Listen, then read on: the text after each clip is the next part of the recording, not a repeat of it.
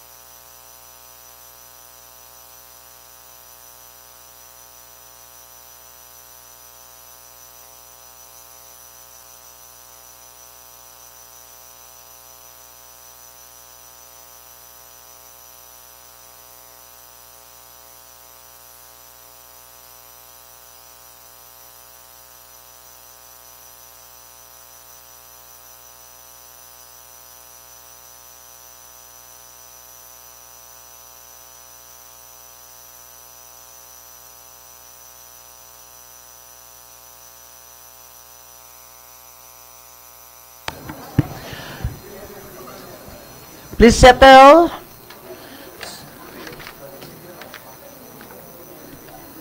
The 60th regular session of the 20th City Council is now called to order. Invocation by Honorable Councilor Romeo Calizo, followed by the singing of the Lupang Hinirang and the Cagayan de Oro March. Please rise.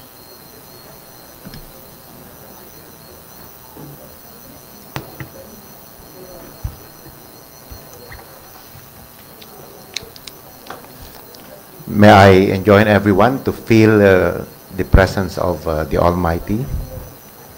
In the name of the Father, and of the Son, and of the Holy Spirit. Amen.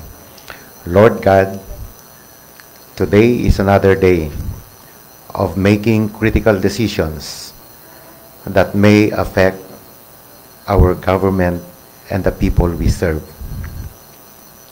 Lend us your wisdom to do this, and continue to remind us that all we do here today, all that we accomplish, is for the pursuit of truth and justice, for the greater glory of you, and for the service of humanity.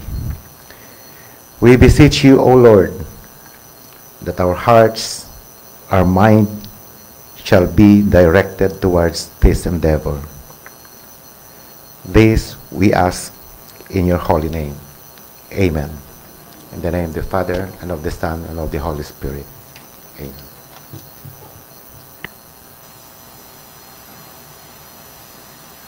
Mga kababayan, ang pambansang awit ng Pilipinas.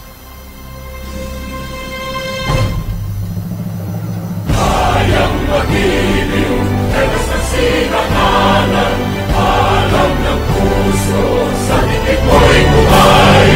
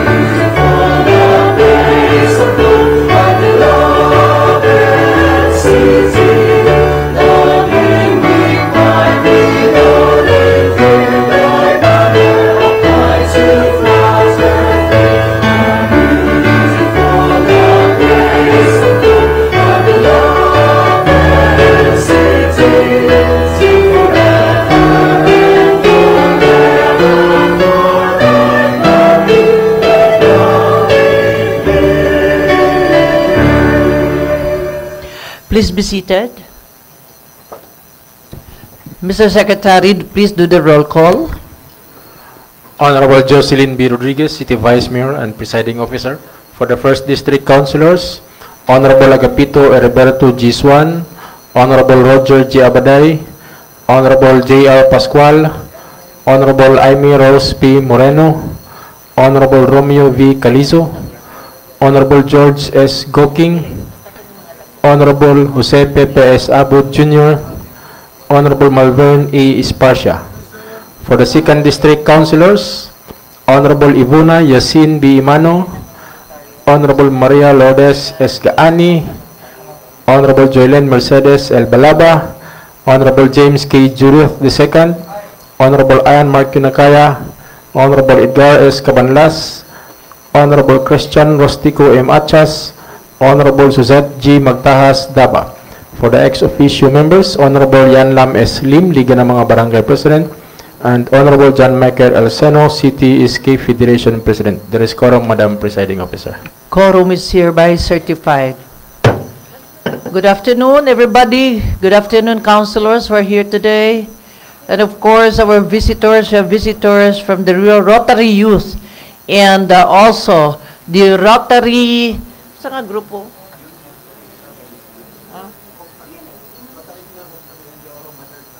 And the Rotary Club of Cagayan de Oro, they are also here. Fellow Rotarians and the Rotary Youth, they're here today with us. Of course, good afternoon to our friends from media, our viewers, fellow Cagayanos, mayong hapon, kanatong tanan. And also, I would like to congratulate some of the winning candidates, Kagawad Councilor Alam Lim, congratulations. And the son of Kagawad Roger Abaday of Kauswagan, congratulations. And the daughter of Councilor Romeo Calizo, congratulations. Kinsa pa'y wala. Anyway, it's the birthday of Councilor Agasuan. That was October 26. So, let us sing, no? The birthday song led by Councilor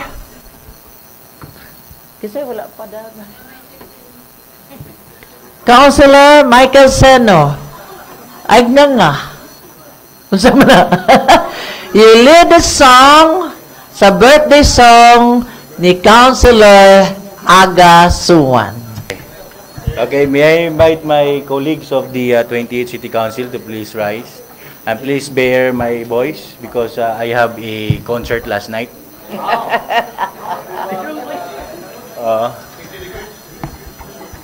Happy birthday to you. Happy birthday to you. Happy birthday, happy birthday.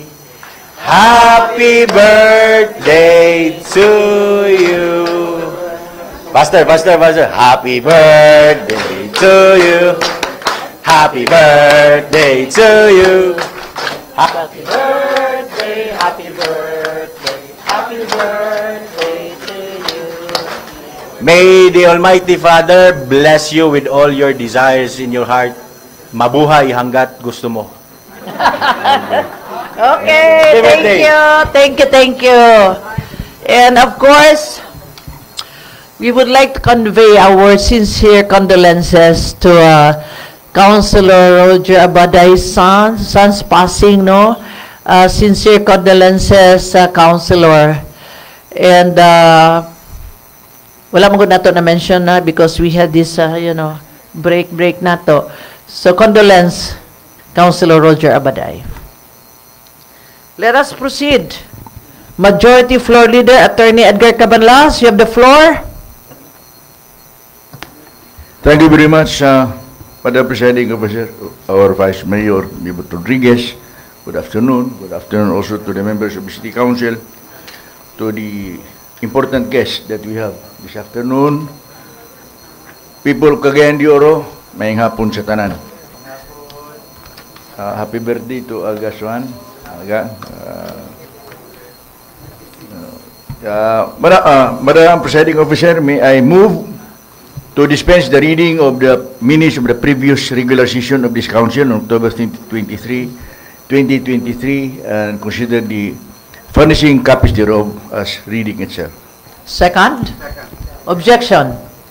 I hear none. Motion is hereby carried. Move to approve said minutes, Madam Chair. Any second? Objection? I hear none. Motion is hereby carried. Before we proceed to our special reports portion, Madam Chair, may I request that, considering the fact that we have guests, VIPs, this is Rotary Youth Week, and we have respective members of the City Council and Vice Mayor who will be sitting with us and will be debating and discussing with us in this afternoon's proceedings. For that purpose, Madam Chair, may I request that Mr. Jairus Jan Gochuko, the chairman of the Rotary Youth Week, be given the floor to introduce the Rotary members of the City Council and Vice Mayor. And for that purpose, may I move to suspend the rules to allow non-members to speak before us. A rule suspended. Yes, Mr. Di Choco, you have the floor. Good afternoon.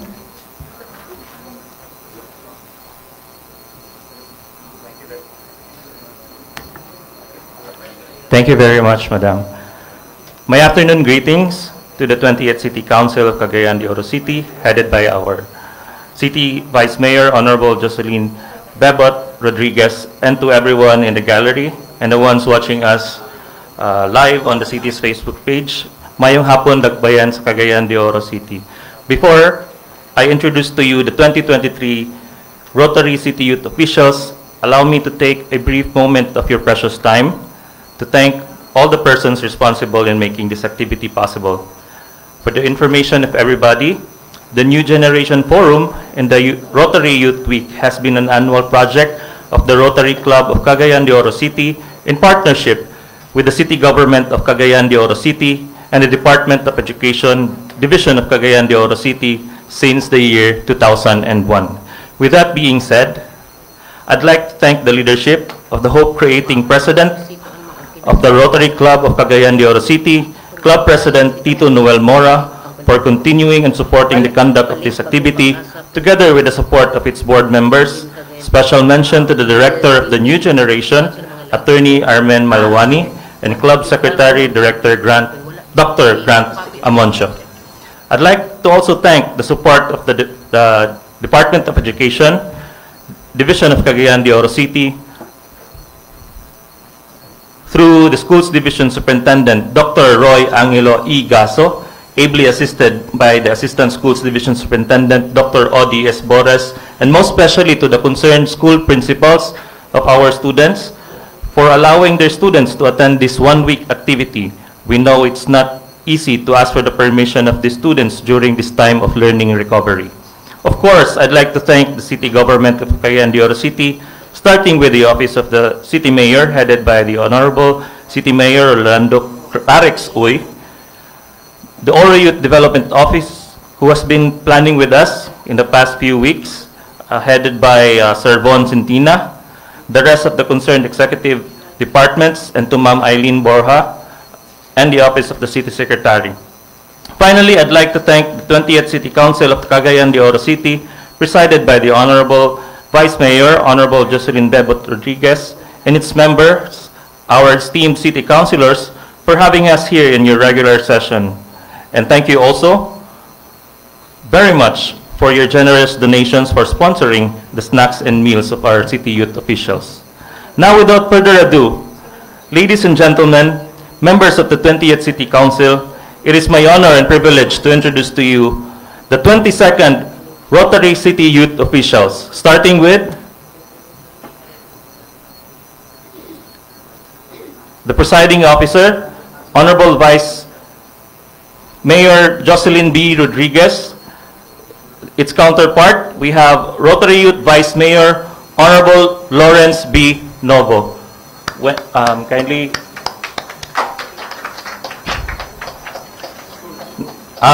From Gusa Regional Science High School. Next, we have the Majority Floor Leader, Honorable Edgar S. Cabanlas. We have its counterpart, Rotary Youth City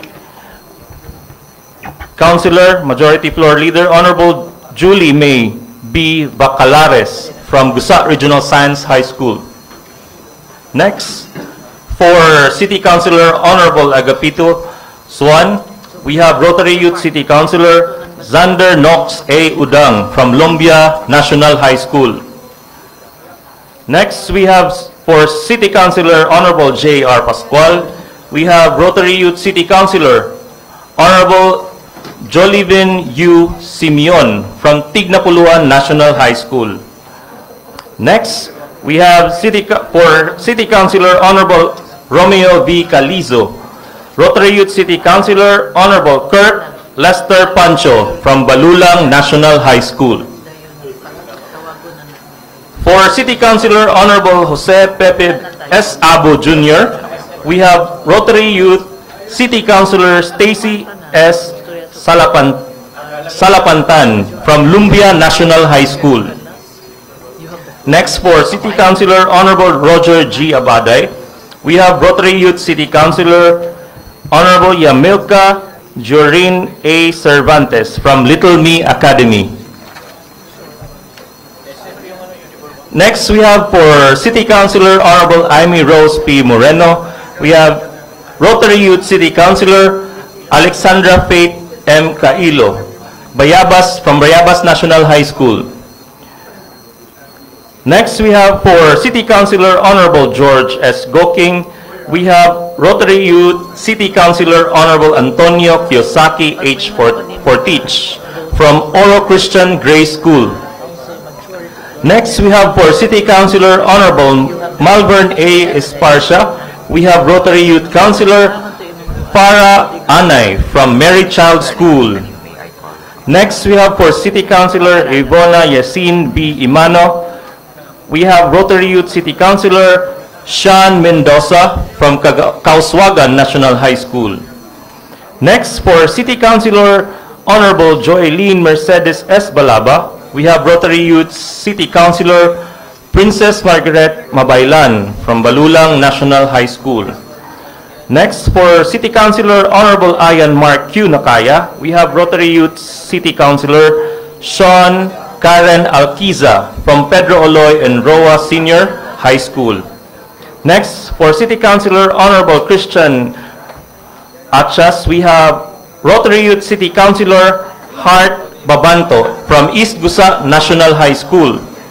Next, for City Councilor, Honorable Maria Lourdes S. Gaani, we have Rotary City Youth Councilor, Jeff Philip B. Felicilda from Makabalan National High School.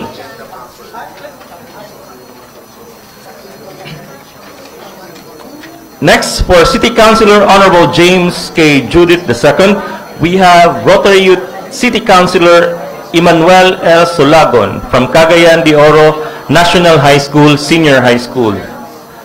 For City Councilor, Honorable Suzette G. Magtahas Daba, we have Rotary Youth City Councilor, Rika M. Allison from Kauswagan National High School. For the ABC President, Honorable Yan Lam S. Lim, we have the Rotary Youth City Councilor, Carlos Miguel C. Salcedo from Mary Child School. Next, for the SK Federation President, Honorable John Michael L. Seno, we have the Rotary City Youth Councilor, Honorable Nico M. Ocarol from Makasandig National High School. And lastly, for the City Secretary, we have allotted one also for Mr. Arturo S. de San Juan Miguel. We have Rotary Youth City Secretary Ye Yuntepani Kabingas from Little Me Academy. Ladies and gentlemen, the 22nd Rotary City Youth officials. Thank you very much. Thank you very much. Welcome, Rotary Youth. You're welcome here. And may I tell the councilors to please give the chance to our Rotary Youth to speak, no? Tudloanan ninyo so that they will fully experience what session is all about. So thank you very much. Madam Chair, may I also take this opportunity Yes, please. to introduce to you the 19, department heads together with the Rotary Youth City Mayor here with us in the gallery. Kindly stand up for recognition, please. So aside from the 20 students we have here in the legislative, we also have 20 students in the executive department headed by the Rotary City Youth Mayor. Thank you very much. Thank you very much. Welcome. And just feel relaxed sa inyong mga lingkuranan, no? And just observe. So, I give the floor to my counterpart, Vice Mayor Lawrence Novo.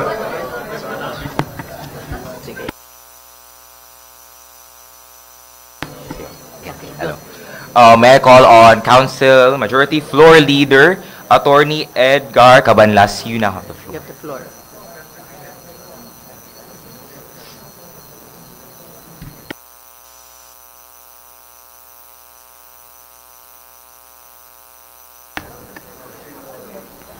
On this special report portion, Mr. Chair, may I request the following councilors to be recognized. First is Councilor James Judith to render the mandatory insurance coverage to all members of BPAT and BHW.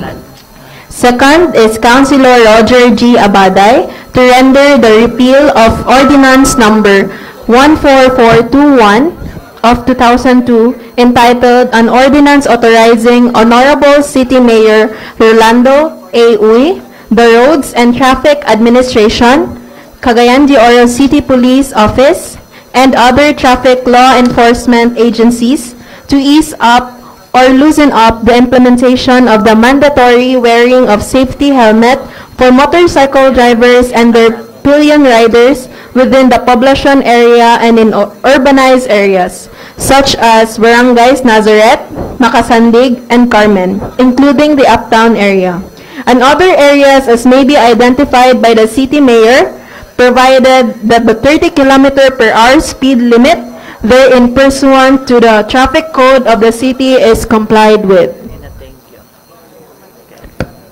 Thank you, Jolimi B. Bacalares. Thank you.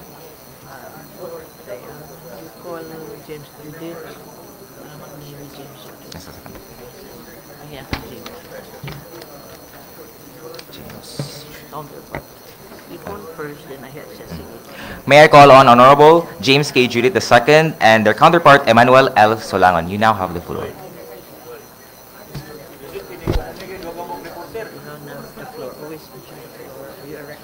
Yes. Duha ka reporter, pero nagsabot nami.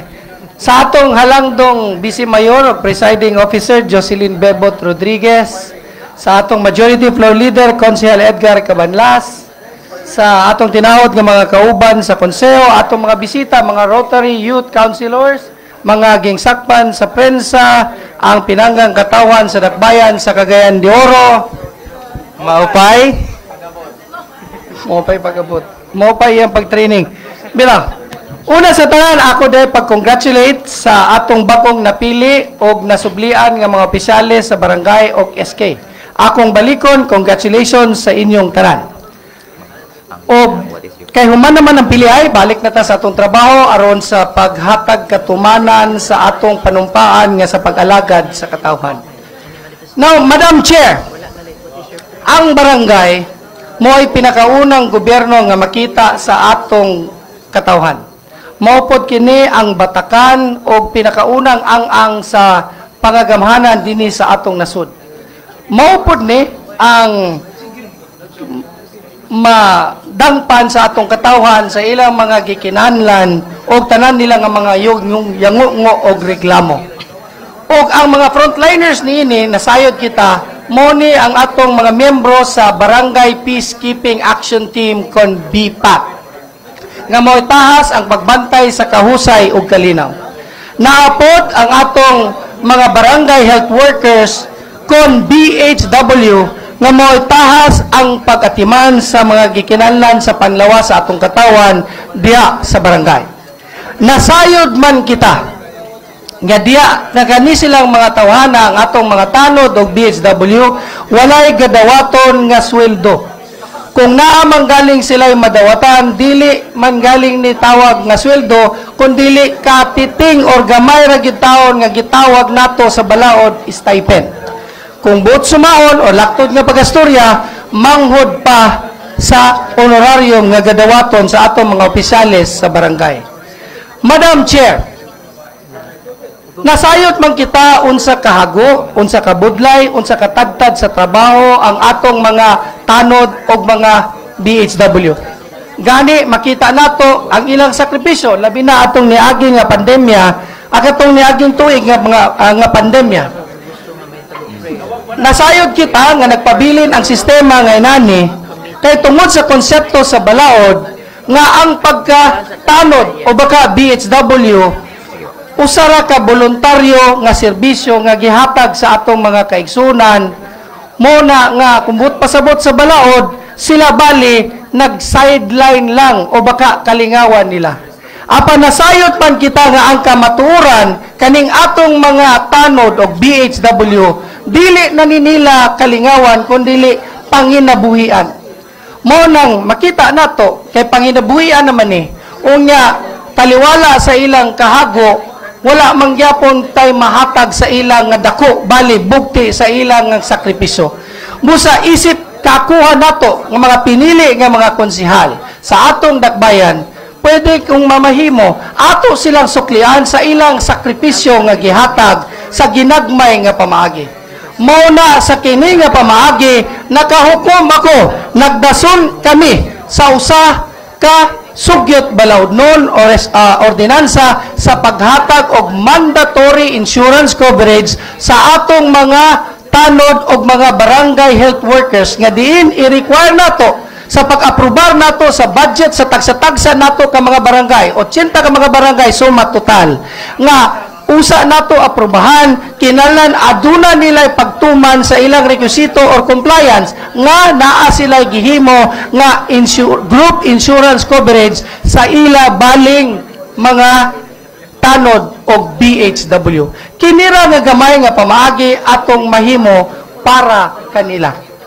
Kay kung ang ato manggaling mga opisyalis makadawat lang honorarium, at least magulang pa sa stipend nga gadawaton sa atong mga tanod og mga BHW. Busa, akong balikon, bako lang kita nagdason sa atong sugyot ordinansa sa mandatory insurance coverage nga gi-require nato sa pag-aproba nato sa budget sa tanan nato mga barangay. So 80 ka barangay dinhi sa atong dakbayan, kinahanglan adunay pagtuman sa group insurance coverage aning atong BHW og tanod. Muna, at this juncture, Madam Chair, I therefore move that this matter be referred to the joint committees of Barangay Affairs, Public Order and Safety, and Health. O sa akong pagtapos, Madam Chair, tuguti ako sa pagpaambit kaninyo sa usa ka panultihon nga ingon. What is living for if not to make life less difficult for one another? Ug dinhi na lang ni kutob. Daghang salamat. Hasdang Cagayan de Oro City. Thank you, Councilor James K. Jr. II and Emmanuel S. Solangon. Refer to the Committee on Health, Barangay Affairs, Reaction. Reaction with Michael Sena. Okay, manifestation. Michael Sena. Okay, you mentioned, you have the floor. Honorable John Michael L. Seno and Nico M. Ocarol, you are recognized and you have the floor. Thank you so much, Madam Presiding Officer, and his counterpart. Good afternoon to my fellow colleagues of the 28th City Council. Of course, let me congratulate all the barangay and SK officials who have won, and the recent Rotary Youth counterpart. And of course, to our media friends, good afternoon to you. I may yield, Madam Presiding Officer, to give my counterpart his remarks on the proposal of Councilor James Judith.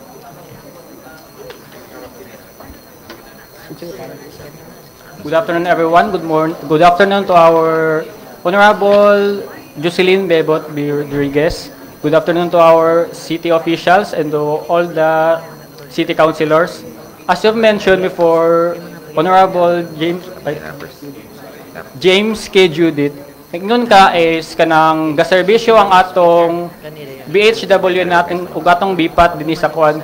So ngano atong mga kanang SK kwan barangay capitans, barangay SKs nga gaserbisyo pud sila ngano wala mo sila gapilan og insurance. Ngano unahon pa mato ang mga BHA ug bipat nga ga-apil man ang kwan mga kapitan ug atong mga SK nganong mas i-prioritize man nato ang bipat kaysa sa mga city officials. Would you like to answer, Councilor? Mention your name. Sige. Counterpart Emmanuel L. Solangon, you are recognized and you have the floor. Ang mga opisyalis atong gipangingon ni Konselang Bigas. Nanay mga balaod alang kanila. Nanay balaod para sa ila. Wala ang kanila din BHW. So, good afternoon. Katoy mong gi-mention na mga certain positions is nanay balaod alang kanila. Kani siya ang RA 9439 RA 4898 RA 4898 and EO 250. So katong mga gi-mention ganina na mga bipat or mga barangay tanod, katong sila ang wala pagid kayo, wala pa sila balaod ba? Kaning mga SK na magud ni sila. Katong gi-mention ako mo to nga mga balaod. Thank you, Emmanuel L. Solangon. Actually, excuse me, hold on. Actually, I submitted an ordinance maintaining citywide peace and order by enhancing the benefits of the barangay tanods and members of the Katarunang Pambarangay in recognition to their being peacemakers in their respective barangays. So this will be again tackled and consolidated. Okay? Thank you. Yes. Thank you, Sasaya. Thank you, Sasaya. Thank you, Honorable James K. Judith II and Emmanuel L. Solangon. So, Roger Badaya. James. Okay, you call Roger Badaya. Honorable Roger G. Abaday and the counterpart Milka Jorin A. Cervantes, you are now recognized and you have the floor. Thank you.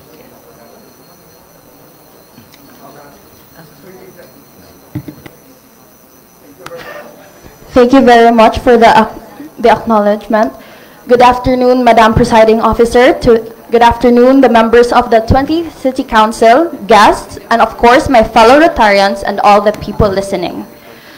I remember during the incumbency of the now Mayor Clerix Uy as a congressman, he already had a program that ensured that the BPAT, barangay officers, BHW, senior citizens in District 1 about the same nga kanang kuan nga kanang gina-ensure niya ang kanang the said nga prospects. So I know about this because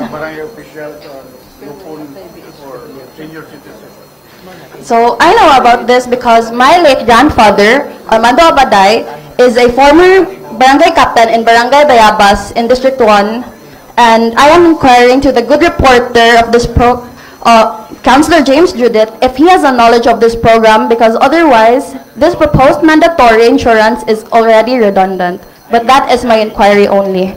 Thank you. Thank you. Honorable James K. Judith II, you now have the floor and you are now recognized, along with Emmanuel L. Solangon. You are now recognized.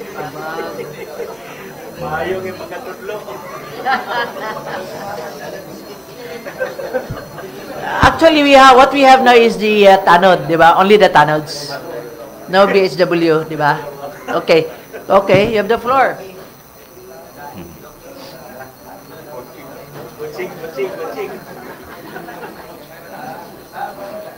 Wala. Ubanin na, Councilor James. Good afternoon, Madam Chair. Good afternoon, Honorable. So sorry kanina for a mistake. But actually, dili gid ni siya maredundant kay sa balaod sa RA 4898 o EO 250 is para gid ni siya sa mga opisyales. Wala gid sa mga barangay tanod o sa katong BHW. Wala gid siya para ato. So dili siya maredundant. Kay mo maning nasa balaod kani siya exclusive gid ni siya sa mga opisyales. Thank you very much. Very good. Thank you, Emmanuel S. Solangon. Any comments? Any manifestations? Honorable Malvern A. Esparcia and your counterpart, Farah Joari A. Anay, you are now recognized and you have the floor. Sige. Thank you, Madam Chair, and to the Vice President, counterpart. Sa tanan mga naminaw o nagtanaw karon dagang mayang hapon. Madam Chair, this is just a manifestation of support. And also as the co-author of this ordinance, Madam Chair, na-timingan yun, Konsehal, to our good reporter, that my counterpart has an experience because her mom is, her aunt is a BNS, Madam Chair. And please allow my counterpart, Madam Chair, to share lang how important it is kung unsay naitabo sa iyahang auntie, Madam Chair. Good afternoon, Madam Chair, and to the rest of the council. So, I would like to support this manifestation for the reason na na-experience na mo siya. Akong auntie is a BNS or Barangay Nutrition Scholar, although dili siya BHW, pero ga-field yapon siya. So, what happened is, like 2 years ago, she was already a senior. So, ang naitabo kay na-aksidente siya, nakatungtong siya og 7 blocks na chair. Tapos nagtaod siya og banner, and then unfortunately, nahulog siya. So, ang nahitabo is gisuportahan po siya sa barangay. Although, dili siya enough, I think wala ra to nag 20K, sakto-sakto lang. And then, we asked assistance from the CSWD and the PhilHealth. So, atong iyang recovery, walay na-cover na ano niya sa iyahang medicine, nga na lang, igo lang sa pang-hospital bills. Although it helped us, nakatabang mo siya sa MOA. And then, isa po is BHW siya. Co-worker sa akong mama. Speaking from experience, na-stroke siya, bago lang siya kabalik sa iyang trabaho. And then, we saw her struggles kasi she was asking my kuya, which is a nurse po. So, sige siya pangayo og like, kanang, tambal, like kanang pang-reseta, reseta. Kay ga problema siya, wala siya kanang monthly pod na ano ba kay dili pod belalim para sa government na mag-supply gid og medicine. So understandable pod. So yeah, mo to mga. So this ordinance is good. Yeah, I support this ordinance. So 50K dako na pod siya nga tabang para sa mga workers na naa sa field. So that is all. Thank you. Thank you. Thank you. Your auntie, I can help your aunt in my office. Padulan sa akong office, we can help. Okay? So, the next one. Honorable Christian Ustico M. Achas and their counterpart, Hart Babanto, you have the floor and you are recognized.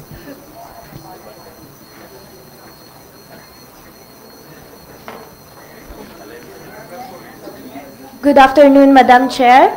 Good afternoon to everyone. I would like to address this question to Attorney James Judith. Kani bang bipat mao ba ang tanod sa barangay? Kay sa akong pagsabot kining bipat isan auxiliary or force multiplier sa tanod. Isa kini ka organizations usab ang tanod voluntary na nagtabang. Pwede ba sila ang mauna? Thank you. Honorable James K. Judith II and their counterpart Emmanuel F. Solangon, you are recognized and you have the floor.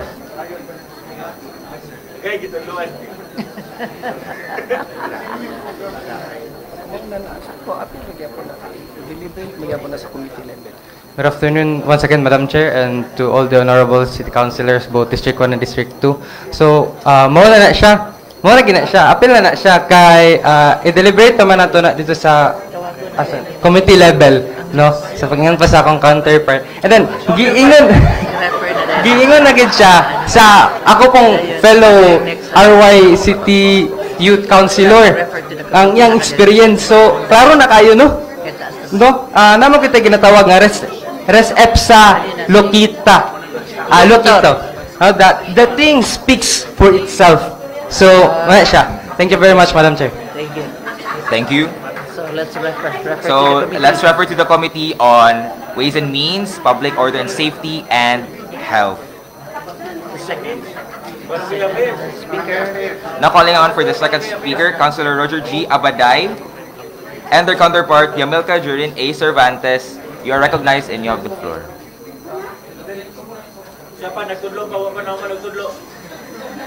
You are recognized and you have the floor.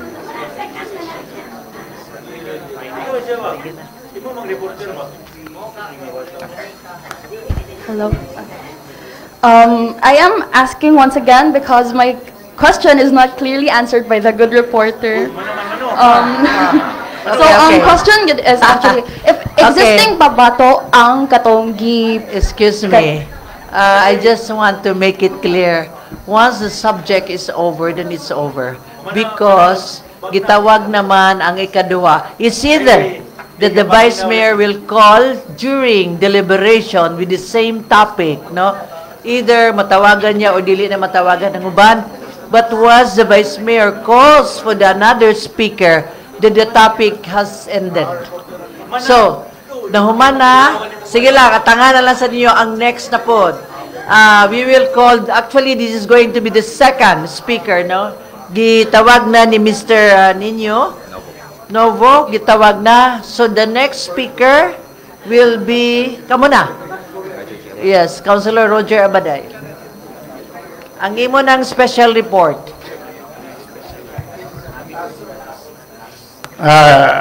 My apology because my partner was not able to hear the next agenda. No?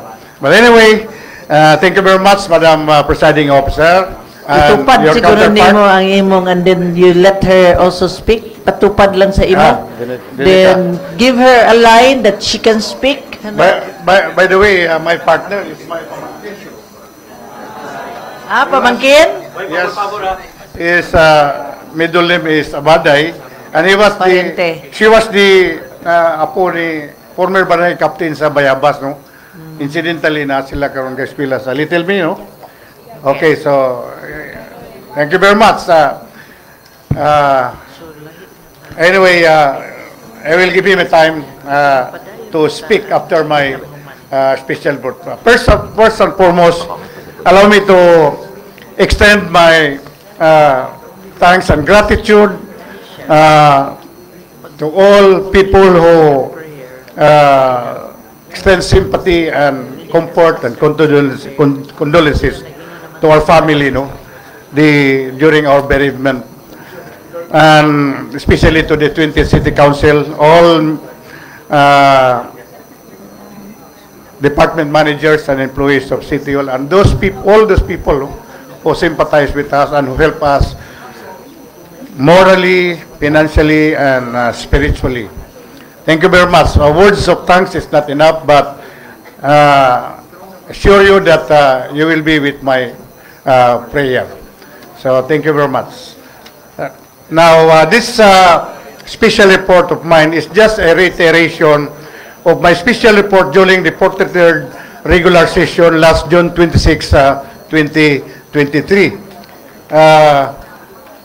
which is the repeal of the provision of Ordinance 14421 of 2022, the no wearing of helmet in specified areas in CDO, Carmen Nazareta, etc., and other places. Now, this is not to go against the goodwill of our city mayor, but this is in the matter of public safety for the people in general. Now, I would like to express my concern and request to repeal this ordinance as advanced, that an ordinance authorizing the Honorable City Mayor Rolando Clarix Uy, the Road and Traffic Administration, the RTA, Cagayan de Oro City, the Police of Cagayan de Oro, the COCPO, and other law enforcement agencies to ease up or loosen up the implementation of the mandatory wearing of safety helmets for motorcycle drivers and their pillions or riders within the population area and urbanized areas such as Barangay, Nazaret, Macasandig, Carmen, including uptown area and other areas as may be identified by the city mayor, provided that the 30 kilometers per hour speed limit therein pursuant to the traffic code of the city of Cagayan de Oro complied with. Now, while I understand the importance of promoting effective traffic management, I believe that relaxation of safety measures, particularly the mandatory wearing of safety helmets for motorcycle drivers and their pillions or passengers, riders, poses a significant risk to public safety. Helmets serves as the crucial protective measure, reducing the severity of injuries in case of accident and promoting overall road safety.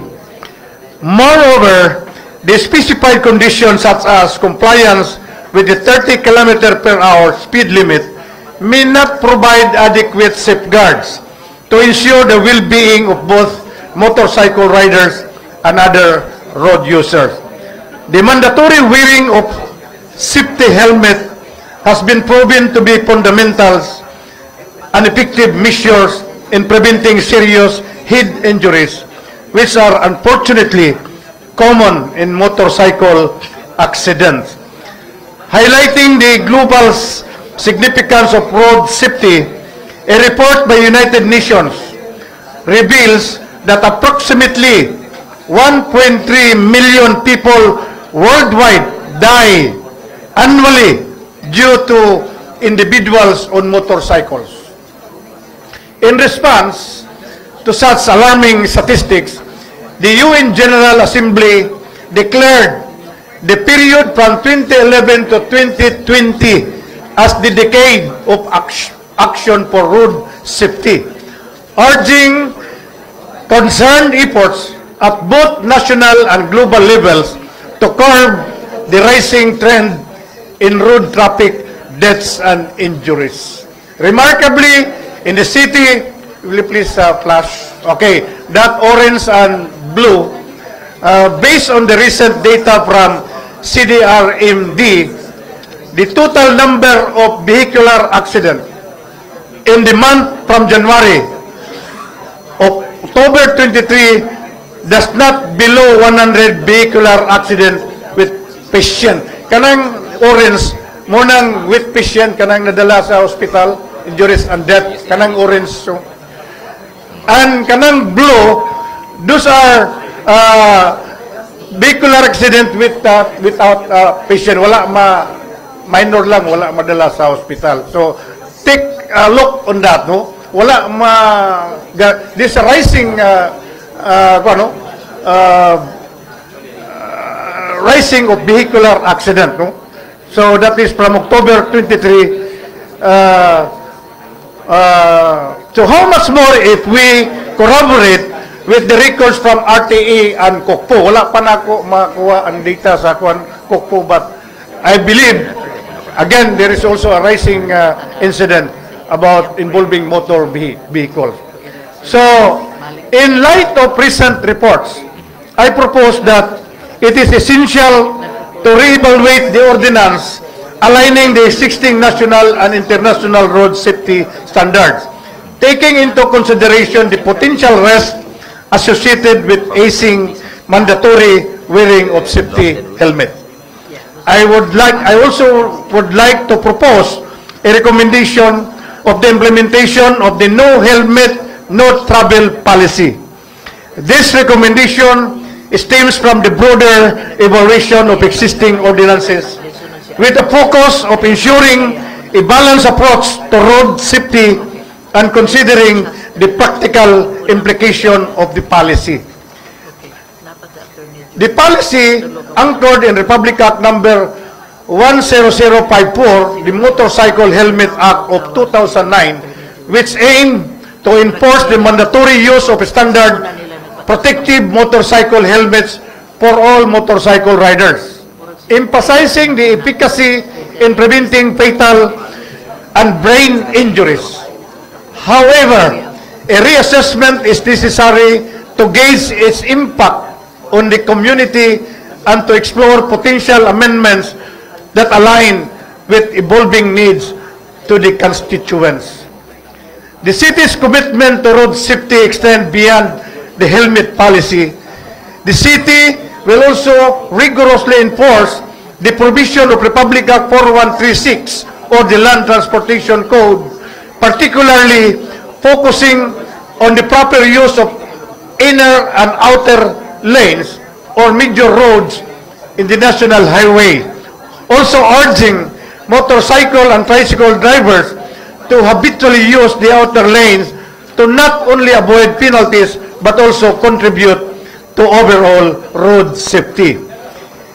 In this proactive approach to road safety encompass the no helmet, no travel policy and strict enforcement of the road regulations, reflects a commitment of reducing fatalities and promoting responsible driving behavior among citizens.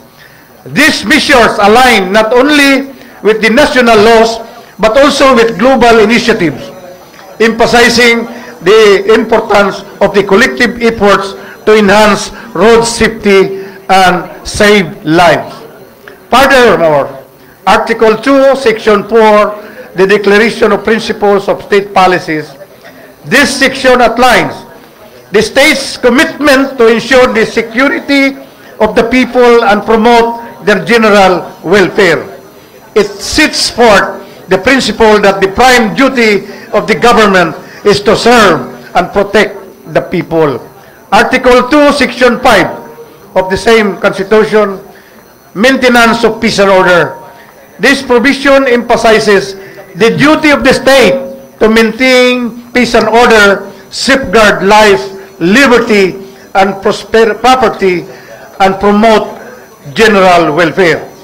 There are three key considerations and concerns related to mandatory wearing of safety helmets or for motorcycle rider. Number one, public policy emphasizes that mandatory use of safety helmets is a crucial safety measure for both motorcycle riders and their pillions or passenger riders. The intention is to protect individuals from the serious consequences of the accident. I will cite you a good example. My son, when I was asked by the attending doctor, was he wearing helmet? If he wore helmet, he should be alive. CDR Imo was asking, was he wearing helmet? But I don't know. There was no helmet. So this one typical example. Now, relaxing this requirement could potentially jeopardize public safety, leading to an increased risk of accident and injuries, as shown in the my presentation. Now, compliance with traffic regulation highlights the importance of strict adherence of traffic regulations, emphasizing that wearing safety helmets is not just a safety measure, but also a part of overall traffic order and road safety. Easing up on helmet requirements might lead to a general disregard for other traffic rules, undermining the overall order and safety on other roads. Ang naitabo karon ang atong pulis, ang atong RTE, ang LTO, dili na sila gapangdakop kay because of that existing ordinance. So, take rest to our motorists. Now, potential legal consequences indicates that if the enforcement of safety helmet requirement is loosened, there may be a legal repercussions for the city in the event of accident and injuries. This suggests potential liability for not ensuring adequate safety measures. Loosening safety helmet requirement might expose the city to legal challenges, including possible lawsuits and claims for damages resulting from accidents where the use of helmet could have mitigated injuries. In summary, these points collectively underscore the multifaceted importance of enforcing safety helmets regulation. Detached of the public safety, the broader context of traffic regulations, and the potential legal ramification associated with relaxing such safety measures, the intention is to convey that the mandatory use of safety helmets is not only safety imperative but also a critical element in maintaining overall traffic discipline and minimizing legal risk for the city. I kindly request that the City Council consider and initiate the process for the repeal of Ordinance 14421-2022. I believe that prioritizing the safety of our citizens should be the foremost concern in any decision related to traffic regulation. Thank you very much, and good afternoon once again.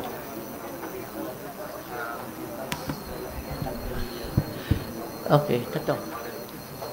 Okay, thank you. Honorable Joylene Mercedes S. Balaba and their counterpart, Princess Margaret Mabaylan, you are now recognized and you have the floor. Thank you for the acknowledgement. So first of all, greeting to all and to all of our honorable councilors. So first of all, my condolences to the family of Councilor Abaday. I support the move of Councilor Abalay to his counterpart to repeal. And his counterpart to repeal the ordinance in consideration of public safety. The life of our constituent must not be compromised. The said ordinance was made to address the crime incident, but with the number of road accidents, and that due to not wearing helmets, we must try other ways and measures to curb criminalities, instead of nullifying the reason why we have a law on wearing helmets. That's all. Thank you. Thank you. Honorable Christian Rustico M. Achas and their counterpart, Hart Babanto, are now recognized. You have the floor.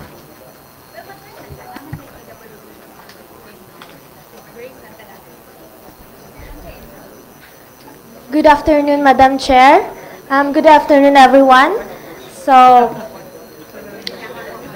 I would like to read the portion of the ordinance that says, to ease up or loosen up in the implementation of the mandatory wearing of safety helmet for motorcycle drivers and their pillion riders within the Poblacion area and in urban areas such as Barangays Nazareth, Makasandig, and Carmen.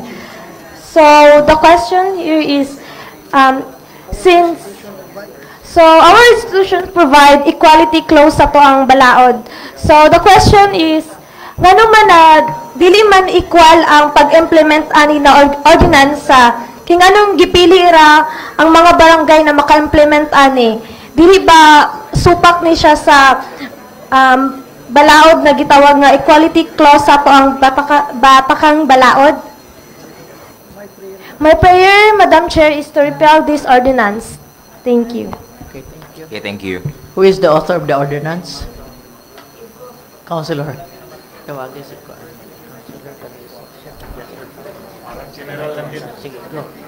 Honorable Romeo V. Calizo and their counterpart, Kirk Lester Pancho, you are now recognized and you have the floor.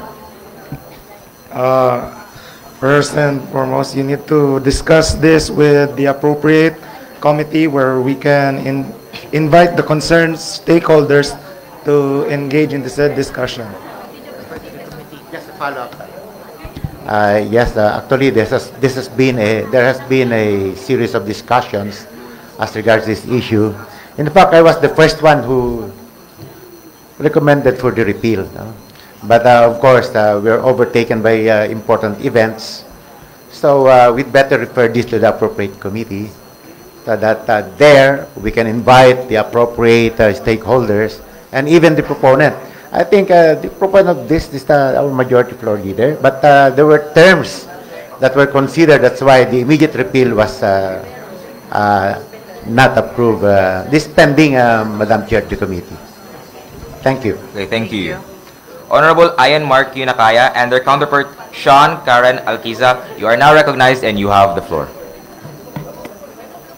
Good afternoon, Honorable Vice Mayor Rodriguez and counterpart Vice Mayor Novo, and to all the officials.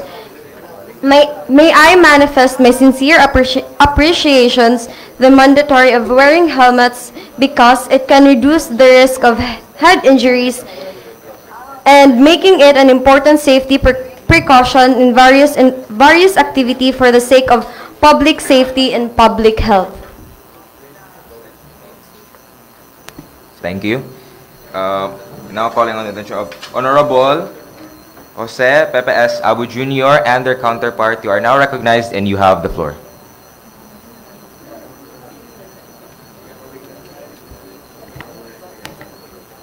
A blessed afternoon, Madam Presiding Officer. This query is addressed to the Chairperson of the Committee on Public Order and Safety, Councilor Calizo.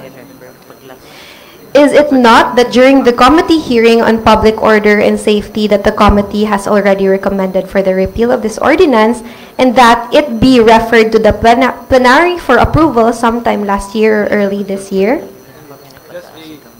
Just any additional, Madam Presiding Officer. Yes, I remember that, Madam Presiding Officer, that there was a discussion in the committee level.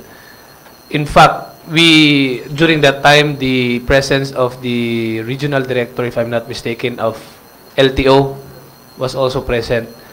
After the series of discussion, I think there was a recommendation to repeal this ordinance, and to bring this before this plenary for approval. Because as manifested before by this representation, there is a conflict between this ordinance and that of the national law, which mandates the wearing of helmet. Okay, thank you. Honorable Romeo V. Calizo and their counterpart, Kirk Lester Pancho, you are now recognized and you have the floor. Anyway, Madam Chair, the immediate answer is yes. We had already that action recommended at the committee. But as I have said, the bringing it to before the plenary was overtaken by events. That's why, I agree fully with the manifestation of the good reporter. Yeah, actually, we do not have the gun yet, so can you implement? Yeah. That was questioned before, okay? Yes, Madam Chair. I think, some sectors of our society went a little restless because of some inconsistencies, some bad effects probably of this ordinance. So, as I support the manifestation of the good reporter, we may bring this again before the committee so that we can do the appropriate action. Thank you very much, Madam Chair. Okay, thank you. Refer to the committee, to the public safety and order. One more? Okay, tawagan sa majority. Honorable Edgar S. Cabanlas and their counterpart, Julie May B. Bacalares, you are now recognized and you have the floor. Yes, Madam Chair. I think this ordinance was approved unanimously by the members of the City Council in response to the spate of killings in the city, using the helmet as a shield against recognition. So we believe at the time that it is necessary for us to respond by passing this ordinance. But actually, this ordinance does not say that there is no wearing of helmet. It simply says that the face should be shown. You can still wear the helmet, but you have to open the front of the face. Sumuna inana ang nahitabo. But anyway, we understand the situation now. I think there is also a need. The time has come for us to review this ordinance, And I instructed Turks that we will include that in our next session, the repeal of this ordinance. In fact, the ordinance is not an ordinance saying that we should disallow the use of helmet. We only requested the Office of the Mayor and the RTE to ease the implementation. So that is the point that I would like to bring out. So next week we will be next session, di ba, Turks? Next session we will go back to the original. We will follow the national law on this. Okay, thank you. Honorable Edgar S. Cabanlas and their counterpart Jolie May B. Bacalares, let us continue. For the business of the day.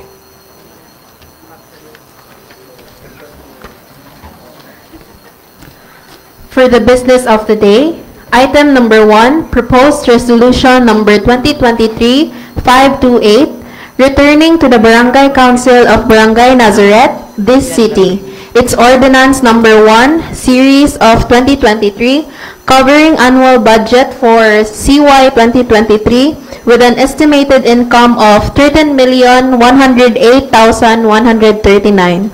With the information that said ordinance is operative in its entirety. May I request, Madam Chair, that Councilor Yanlam Lim to be recognized. Honorable Yan S. Lim and their counterpart Carlos Miguel C. Salcedo, you are now recognized and you have the floor.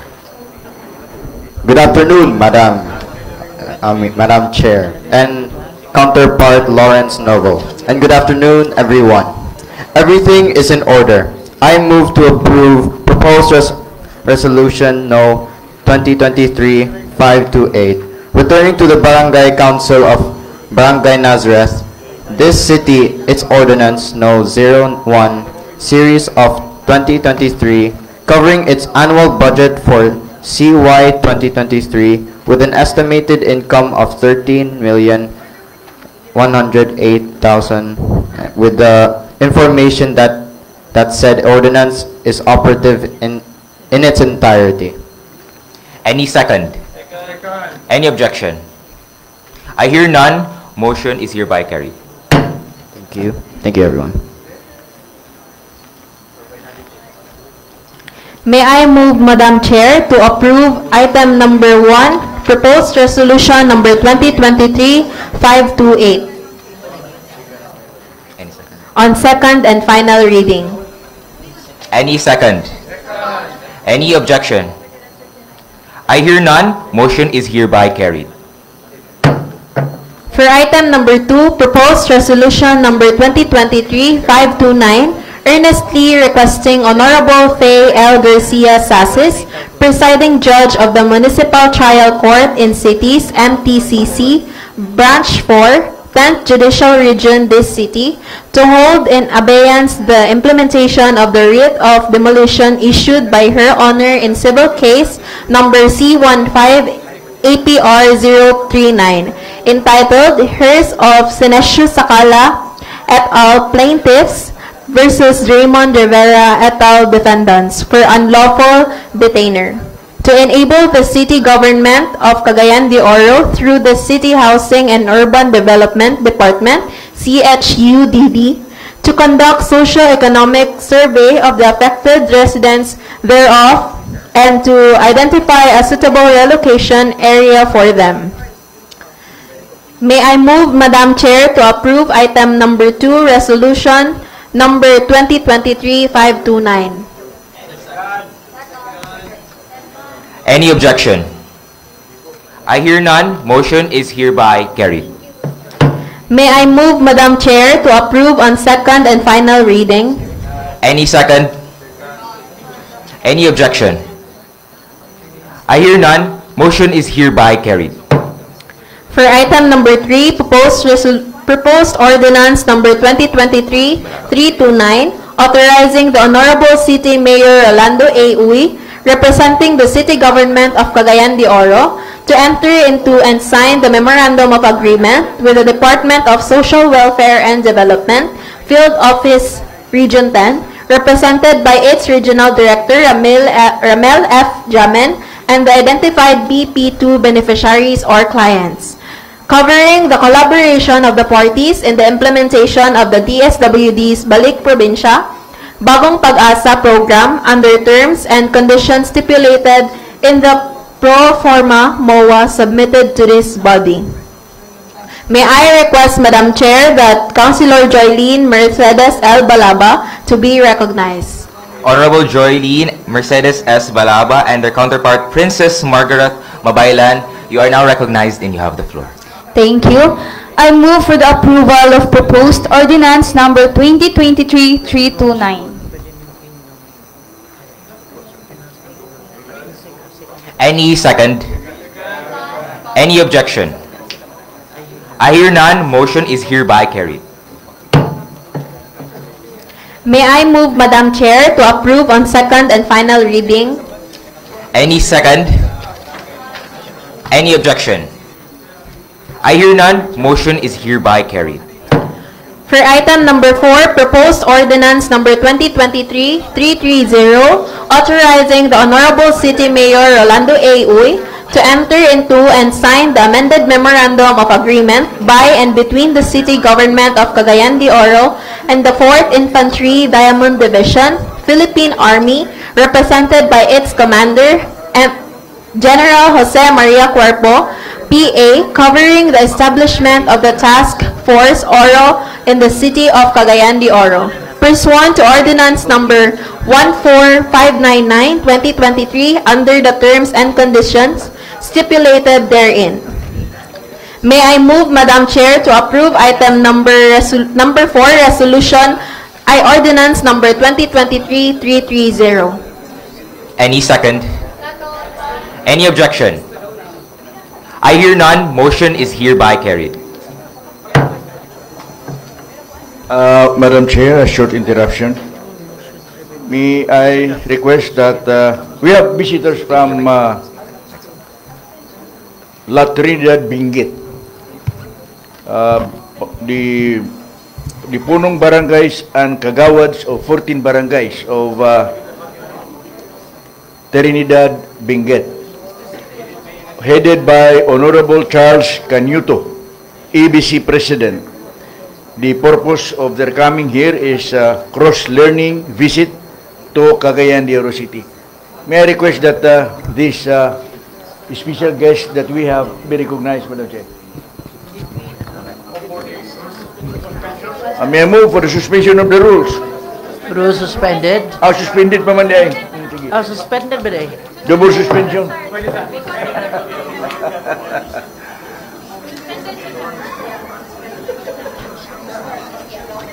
Okay. Yeah, I would like to welcome the Honorable Charles Canuto, ABC President, La Trinidad Benguet, and Punong Barangays and Kagawads, 14 Barangays Kagawad. You are all welcome.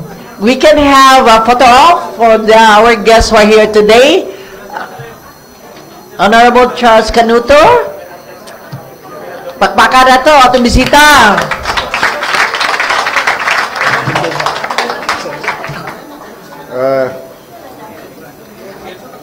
Thank you, Madam Chair, and thank you for the City Council of Cagayan de Oro for the warm welcome.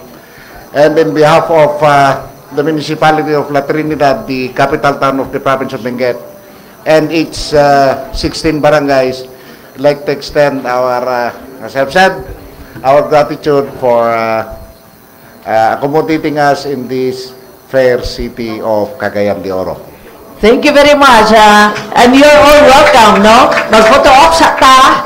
May we request, no? The delegation? Recess, a 5-minute recess. Thank you again. Thank you. Gentlemen.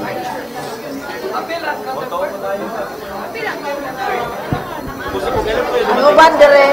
Kanina umaga. Ma'am, dito.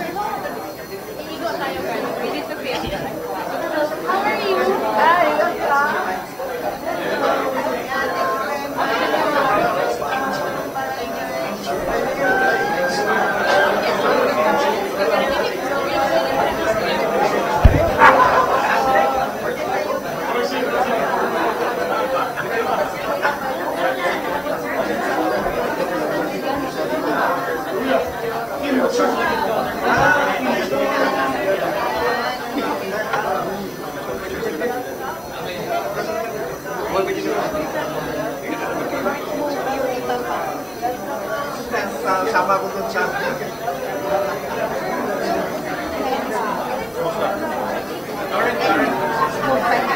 Pwede pa-side down.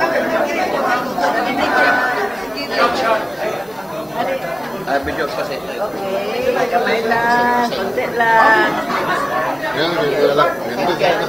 Sige. Oh, okay. Kita kayo? Okay, sige, sige. Ali, dini ka, Dog. Tubad na kami. Ang Rotary! Rotary, pwede nyo sa front. Kailan tayo lumatay? Kaninang umaga po, ma'am. Pagod pa kayo. Okay.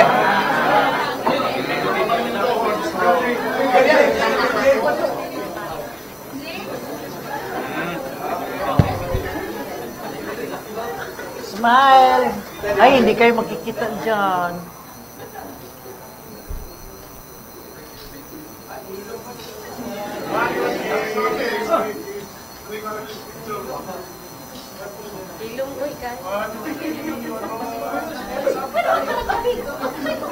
Are you here for benchmarking po? Yes po, ma'am. Okay. Kaya kasama ko yung municipal kasi pwede po sa lantapan at saka sa... Okay. Nice to meet you again.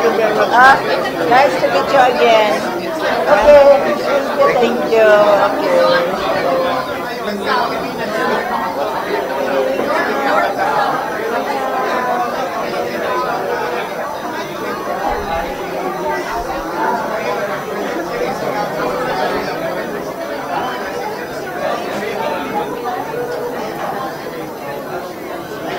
Hello.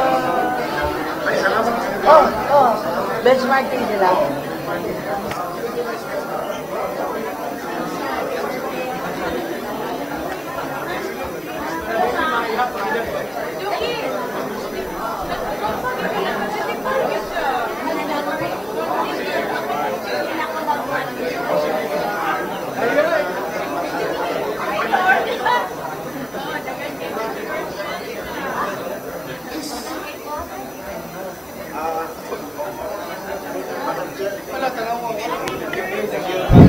Madam Chair, before the rules would be lifted again, we would like to express our heartfelt thanks to the City of Cagayan de Oro, and we will treasure this short moment that we've had with you. We are so happy, and again, thank you to the official dam of Cagayan de Oro City. Thank you very much, Madam Chair. Thank you very much. May we be excused, Madam Chair? Of course, of course. Thank you very much again. La Trinidad Benguet.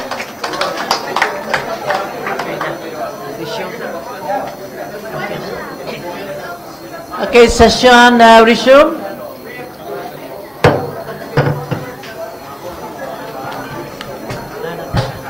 Madam Chair, may I request to move to lift the suspension of the rules? Rules lifted.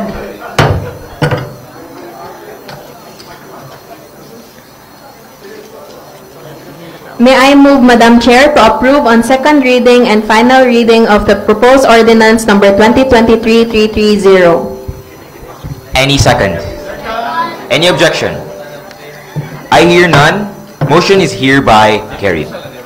For item number 5, proposed ordinance number 2023-331, approving the annual budgets of the general fund with an estimated income of 10,36,440,971 pesos, and of the special account local economic enterprises or utilities with an estimated income of 1,163,559,029 pesos, both for CY 2024 to respectively finance estimated values of expenditures of the same amounts for CY 2024. May I move, Madam Chair, to approve item number, proposed ordinance number 2023-331. Any second? Any objection? Manifestation. Manifestation. Call on a discussion. Call on a Honorable Agapito Heriberto G. Swan and their Rotary Youth counterpart Xander Knox A. Udang, you are now recognized and you have the floor. Hello, thank you so much, Madam Chair. Thank you so much, Mr. Chair. I yield to my Rotary Youth counterpart, Honorable Xander Udang. Good afternoon, Madam Chair. So, it's stated here that the annual budget of the general fund estimated income is 10 billion 36 and 444. So, and of a special account local economic enterprise utilities with an estimated income of 1 billion 163. So my question would be, what happened to our projects if we do not meet our estimated income this 2024?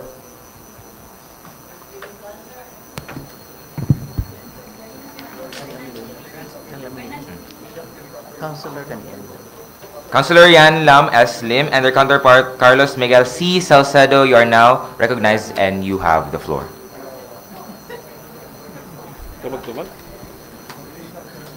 Good afternoon. This is just a projection. If we cannot meet the, it's a rollover naman. Nobody can say that we can meet this 10 billion. But we are expecting this. Because we have a loan of 2.7 and the income comes from the city and the national government. Thank you. Okay, thank you. Attorney Joey Ambo. Honorable Jose Pepe S. Abu Jr. and the Rotary Youth counterpart Stacy S. Salapantan, you are now recognized and you have the floor.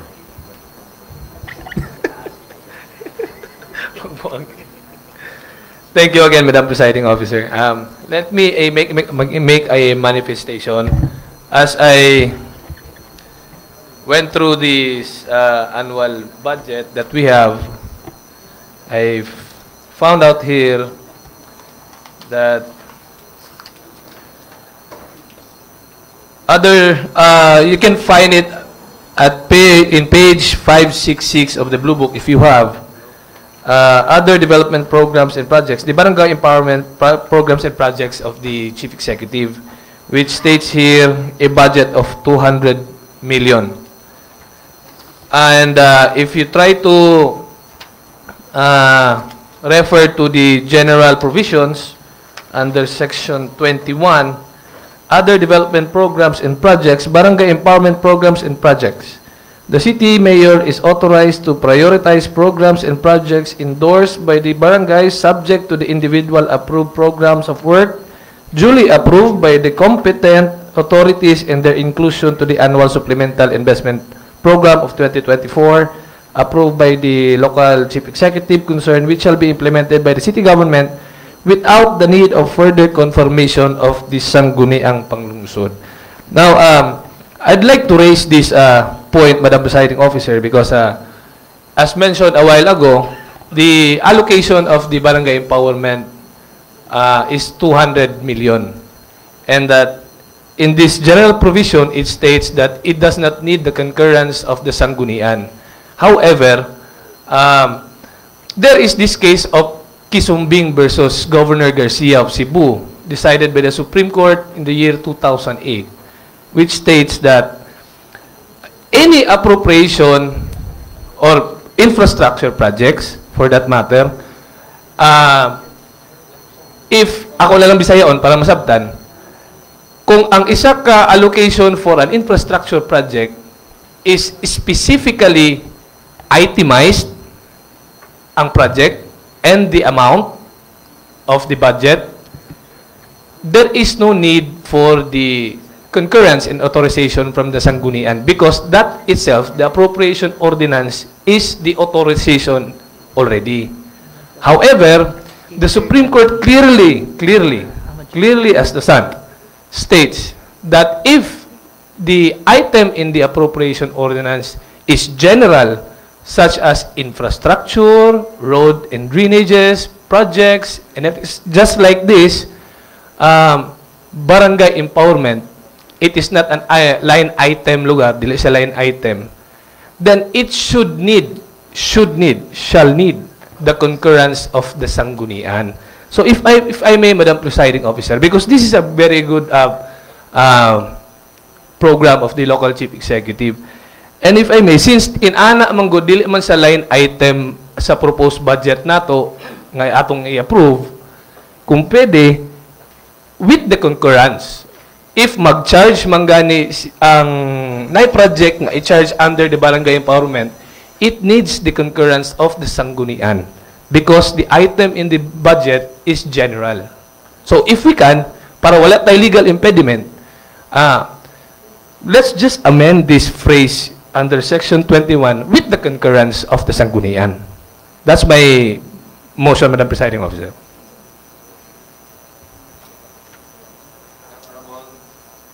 Honorable Joylene Mercedes S. Balaba and their counterpart, Princess Margaret Mabaylan, you are now recognized and you have the floor. Thank you, Madam Chair and Mr. Presiding Officer. I think in my observation, kasi every barangay, they submit their proposed projects or programs for the year. Like item, kini mga returning to the Barangay Council of Barangay Nazareth, na naman diha mga documents and the list of their projects and their programs na kuun sa tong ang kwaon nila from the annual budget of the city. So, I think dili siya maingon ta na naay gamay nga irregularity kung katong yung ingon si ang atong good report si Councilor Joey Abu na kailangan pa ng concurrence ng City Council kay naaman dali sa ilahan no nagasabit sila og ang mga barangay og ilahang mga programs and projects. Thank you. Honorable Yan Lam S. Lim and their counterpart, Carlos Miguel C. Salcedo, you are now recognized and you have the floor. Madam Chair, it is already being discussed during the our last session as a whole, no? If they didn't agree, dapat we should discuss it thoroughly with the budget. But now they are going ikarga nila karon, either noted or we divide the house. Thank you. Raise your hand, Councilor Michael Sano. Okay. Okay. Okay, Councilor, ayan nagtataya. Councilor Ian Mark Q. Nakaya and their counterpart, Sean Karen Alquiza, you are now recognized and you have the floor.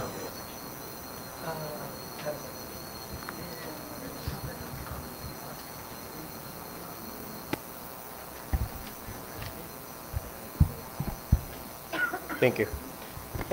Madam Presiding Officer and her counterpart. Correctly put by Councilor Joey Abo, but this is not the first time that this section has been inscribed in the Blue Book or the annual budget. In fact, when we approved the 2023 budget, this is the same language that we can find in the 2023 budget, 22 budget, 21 budget, and I can go back on and on to how many years back, the same citation. And the Department of Budget and Management has always been consistent, Madam Presiding Officer, in concurring.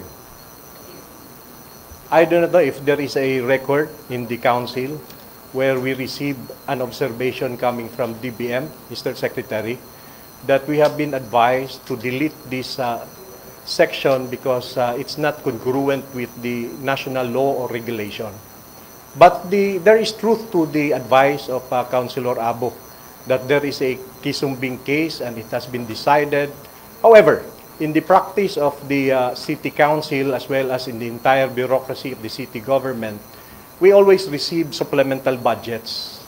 In other words, in the supplemental budgets, there we see and review the line proposals, which may form part not only the proposed barangay projects which are covered in the barangay empowerment program of the city mayor, but all the projects undertaken by the executive which has been in the past and in the future will be considered by the city council.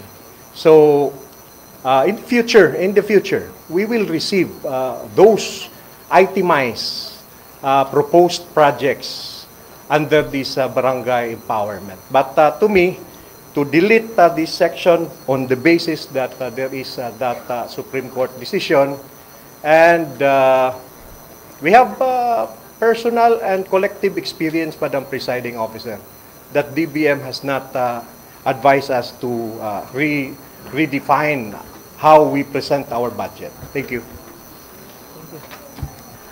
Thank you. Councilor Jose Pepe S. Abu Jr. and their counterpart Stacy S. Salapantan, you are now recognized and you have the floor. Thank you again, Madam Presiding Officer. As to the query of the manifestation of Councilor Balaba, yes, that's true. That's the annual budget of a specific barangay. Kung naa sila project, dato sila mo charge. But different man na siya good ang barangay empowerment kay gikan siya sa local government unit of Cagayan de Oro. So dili na siya part sa what we approved just a while ago is the budget of Nazareth, not the budget of the city government. And as to the manifestation also of Councilor Lim, yes, this was not raised during the budget deliberation, but the last say is here in the plenary. And also, there was this provision before. It was said that this provision is the same as that of last year. But we should remember that last year, dali naman sa gete itong budget hearing. Wala naman nato ito sa gidugay. So, nabasa man ako ni siya, nakita na ako na. That's why I am raising this or manifesting this for the council to be aware that kung nain aning item, general ang item siya for appropriation, then the Supreme Court said that it is very categorical that an appropriation ordinance must be in a general item must have the concurrence of the sanggunian. Now, if we don't have the notice from the DBM or for the past few years, well and good. But I don't think we have to wait for that to happen as well. That's why gina-correct nato na siya para matarong lang pod. Kaya wa may dautan ani nga provision. So that's why there is a divide the house. I did not interpose an objection on this matter. Perhaps my motion was that to amend this portion with the concurrence of the council of the sanggunian. Thank you. Majority Floor Leader, Honorable Edgar S. Cabanlas and their Rotary Youth counterpart, Jolie May B. Vacalares, you are now recognized and you have the floor. Madam Chair, as Kagawad Lim has already stated that this was thoroughly discussed when this was tackled by the Committee of the Whole, and all the members of the City Council were given all the chances and opportunity to talk and ask questions. But be that as it may, I have been reading this case of Kisumbing as mentioned by Councilor Abo. I think it is we have a different interpretation of that case law. This is a case between the board members of Cebu Province against the governor. Governor si Garcia, kanang isu kay gobernador. Just like our vice mayor. But anyway, Madam Chair, in the budget, this is my interpretation. I have read the entire text of the, I think 5 times. In the budget of Cebu, what was mentioned is the 20% development fund. The approved budget mentioned only that the 20% development fund shall be disbursed in accordance with the discretion of the governor. That was the entire text of the budget. The Supreme Court said, no, you cannot do that. If the budget, if the law says that it should be subject to the discretion of solely by the governor, then there is a requirement that the members of the city council shall approve every appropriation of the 20% development fund. However, it's different. It's different if there is a description of that budget on how to spend it. Now, in our budget now, it says it will be spent for the purpose of barangay empowerment projects. So there is now a description. That means the governor, the mayor has no discretion to disburse it except in accordance with that mandate by that condition that it should be for the barangay development program. So we have a specific description on how to spend the 20% development fund, and it is sufficient. It is sufficient. So di naman may mong ato tayo na-discussan ng legality ani, kaya niya naman tagaro sa point of approval. But as I said, I respect Councilor Joey's opinion, but I also have read that because that was the subject of discussion during the time of Mayor Emano. If you remember, during the time of Mayor Emano, there was this budget that we give the mayor the authority to disburse a 20% development fund even without the approval of the city council. So I raised that, that's why I raised that issue by citing this case of Quisumbing versus Garcia. Cebu case. So muna, Madam Chair, so I move to end the discussion. Go to voting if there is an objection. Yes? Is already this motion, or we proceed with the discussion, deliberation? I move, my motion is for the cessation of all discussion and move for the and go back to the main motion of approval. If there is an objection, then we divide the House.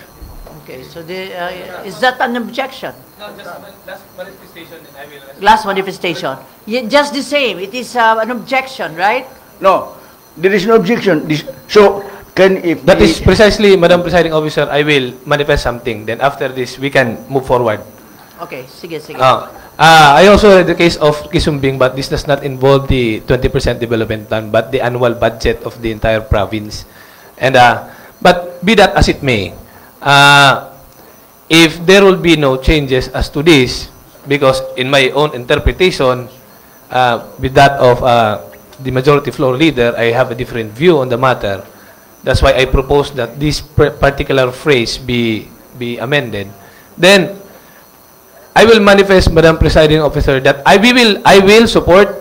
I have no objection as to the budget to be approved this afternoon, but will just specifically abstain with respect to Section 21 of the general provision and the item as to the loan to be included in the annual budget. Okay, so there's this motion. Yeah? Just a manifestation? Okay, go. Yes, Councilor Attorney James. Then we will have this... Sige magudhisgot ang duapod ka mga abogado din ni Madam Presiding Officer. So, sige sila glalis, pero wa nila gibasa gid ang text. Pero karon gakatig ko sa majority floor leader sa iyang gisulti ikatigan ako siya kay mismo gyud ang maong kaso nga puro lang nila gipang-ingon base sa ilang nadumduman karon ibutang nato sa record nga nagingon ang Korte Suprema katig sa gingon ni Majority Floor Leader Consejal Cabanlas nga the question of whether a sanggunian authorization separate from the appropriation ordinance is required should be resolved depending on the particular circumstances of the case. So, sakto si Consejal Edgar Cabanlas. Resort to the appropriation ordinance is necessary in order to determine if there is a provision therein which specifically covers the expense to be incurred or the contract to be entered into. Should the appropriation ordinance, for instance, already contain insufficient detail sa giingon ni Consejal Edgar Cabanlas, the project and cost of a capital outlay such that all that the local chief executive needs to do after undergoing the requisite public bidding is to execute the contract.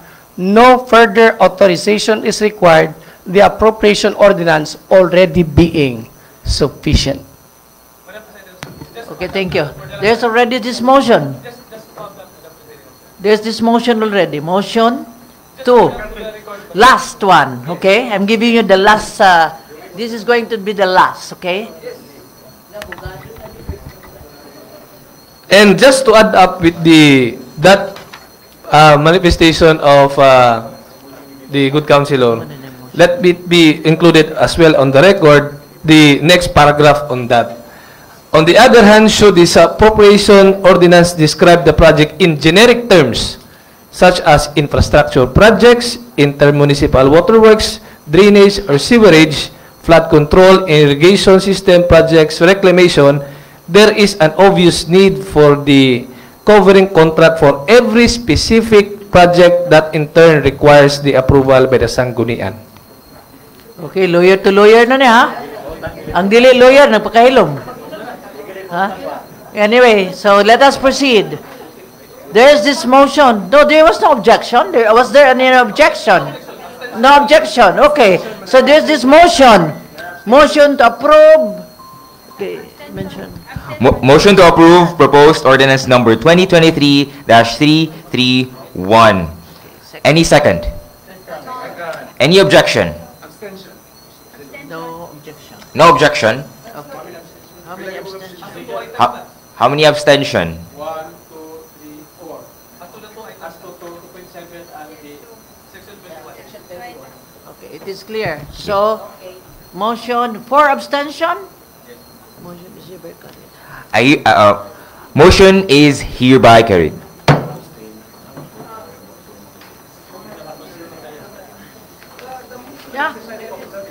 Yeah. Is that again with ano? Yes, it has already been considered. Yeah, okay. But Councilor Cabanlas and this representation, Madam Presiding Officer, has stayed in this council for more than 2 decades already. And I have never met a selective and partial approval. Okay. It's either you approve as a whole or you reject. So what happens the now with proposal. the amendment? What happens now? We should not put that on record. Abstention We can lang manifest yapon. it, but not on a particular.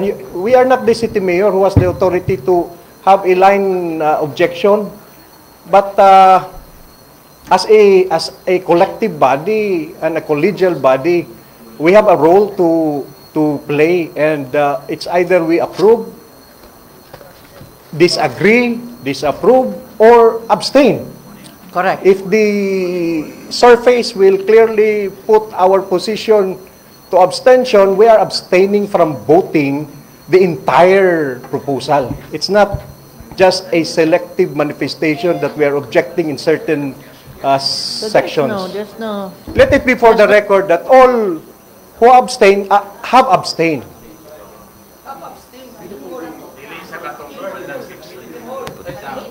Okay, sa minutes lang to. So just the same for abstention and approval. So it is motion is approved. Let's proceed. Honorable Edgar S. Cabanlas and the Rotary Youth counterpart Jolie May B. Bacalares, you are now recognized and you have the floor. May I move, Madam Chair, to approve on second and final reading Any second? Any objection? I hear none objection. Motion is hereby carried.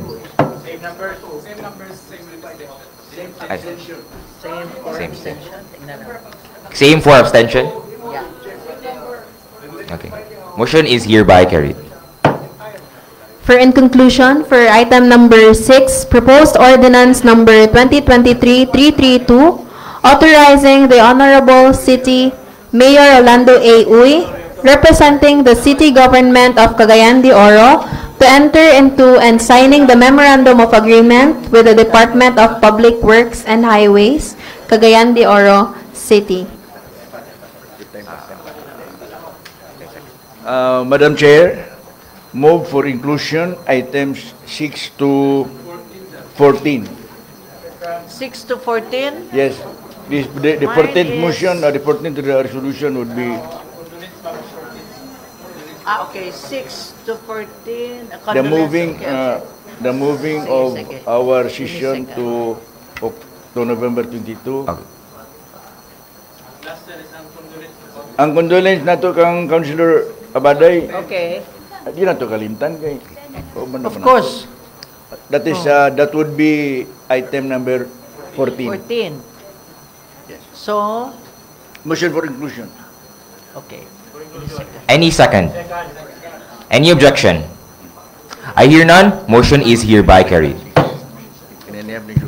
If I may, can we have the chance also that the other counterpart of Councilor, of Mr. Torres San Miguel can also take part? Sa inclusion. Okay? Thank you very much. Thank you.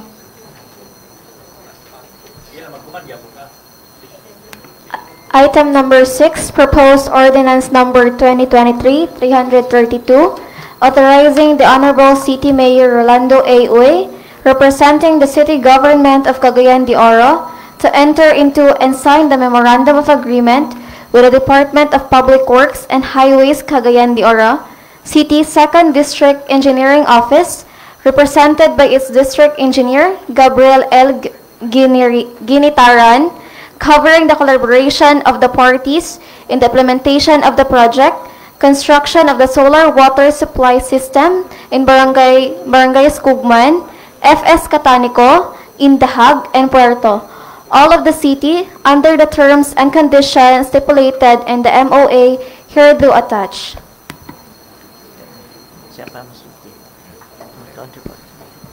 Honorable Edgar S. Cabanlas and their counterpart, Jolie May B. Bacalares, you are now recognized and you have the floor.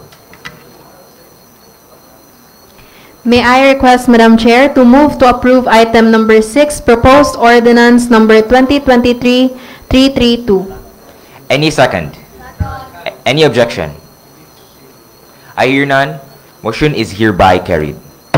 May I move, Madam Chair, to approve on second and final reading. Any second? Any objection? I hear none. Motion is hereby carried.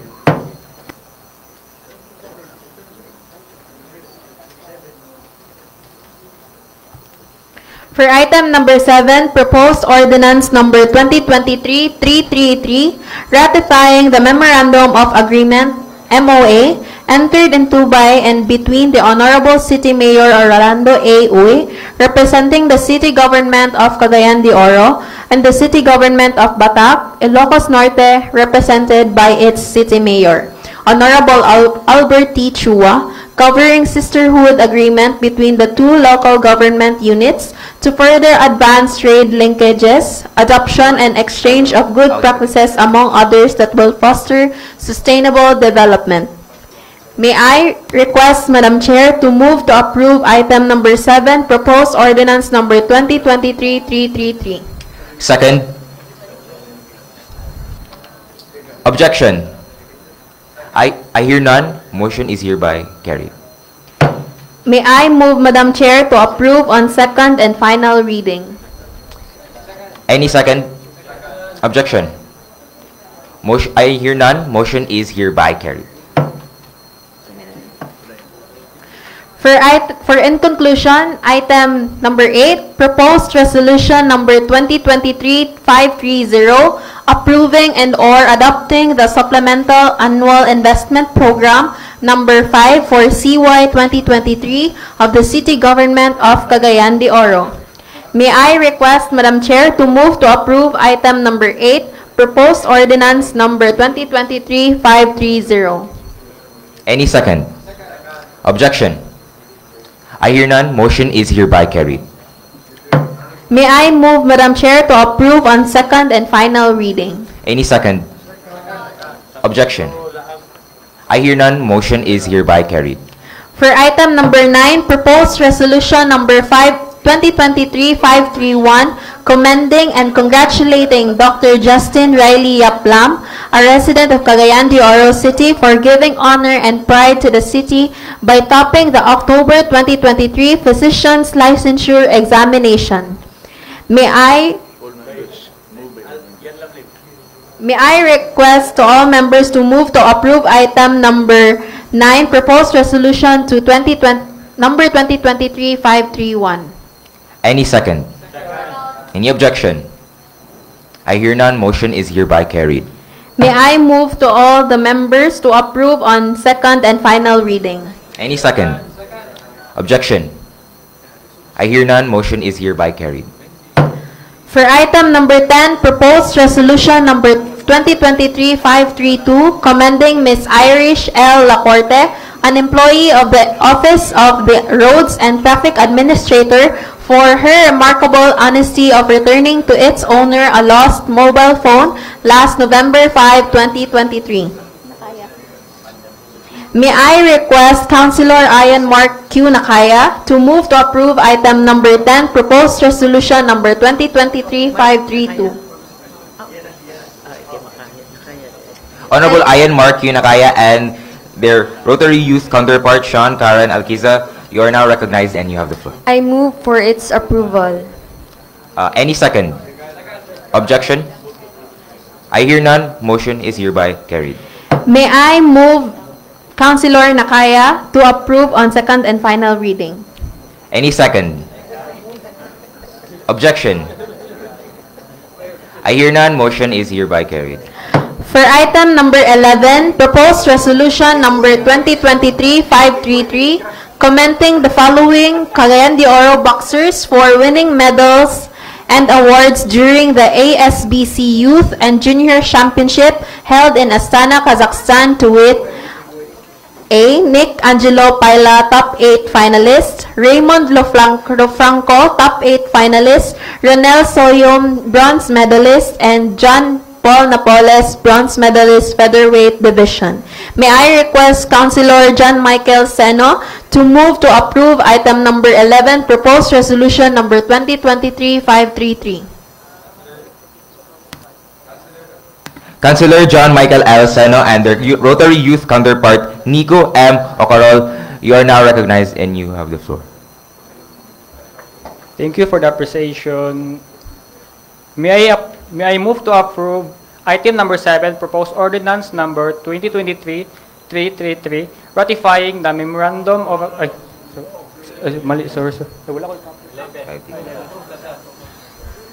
proposed resolution number 2023-533, commending all following Cagayan de Oro boxers for winning medals and awards during the Asian Boxing Championship, ASBC Youth and Junior Championship held in Astana, Kazakhstan, to wit: A. Nick Angelo Paila, top 8 finalist; B. Raymond Franco, top 8 finalist; C.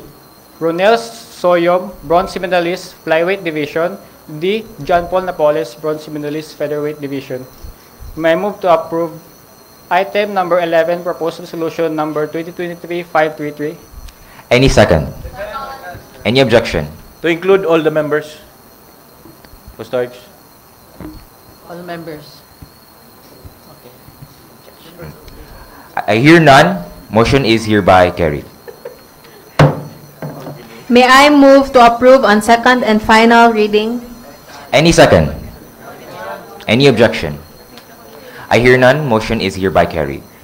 For item number 12, proposed ordinance number 2023-334, authorizing the Honorable City Mayor Rolando A. Uy, representing the City Government of Cagayan de Oro, to enter into and sign the Memorandum of Agreement MOA with the Department of Agriculture Regional Field Office Region 10, represented by its Regional Executive Director, Carlene A. Colado, CPA, covering the collaboration of the parties in the implementation of the Public Probinsya Bagong Pag-asa program under the terms and conditions stipulated in the MOA submitted to this body.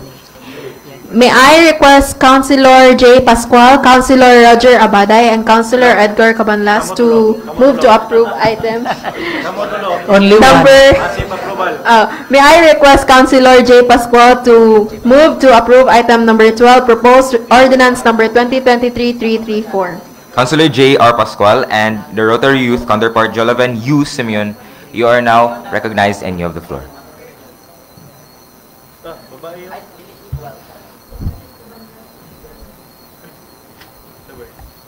Good afternoon, everyone. I move to approve proposed ordinance number 2023-334.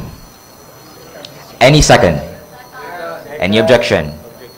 I hear none. Motion is hereby carried. May I move to approve on second and final reading? Any second? Any objection? I hear none. Motion is hereby carried. For the item number 13, proposed resolution number 2023-534, resetting the next regular session of this body from November 20, 2023 to November 22, 2023, in view of the official travel to Zamboanga City of the majority of the members of this council to attend the signing of the sisterhood agreement between the said city and Cagayan de Oro City. May I request all the members to move to approve item number 13, proposed resolution number 2023-534. Any second? Any objection? I hear none. Motion is hereby carried. May I request to move to approve on second and final reading? Any second? Any objection? I hear none. Motion is hereby carried.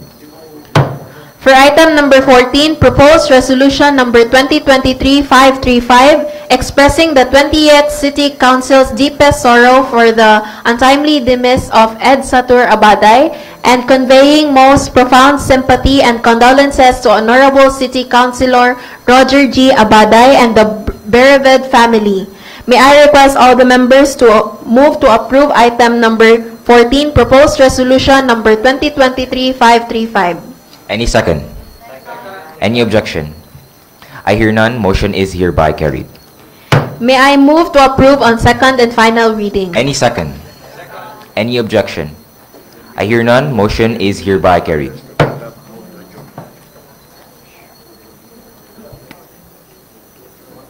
Thereby, no others to take up. Move to adjourn, Madam Chair. Okay, we'd like to thank everybody. Of course, my counterpart, the Vice Mayor, who will soon to be a Vice Mayor also. And of course, those who are here today, thank you very much, Rotary Youth, for participating.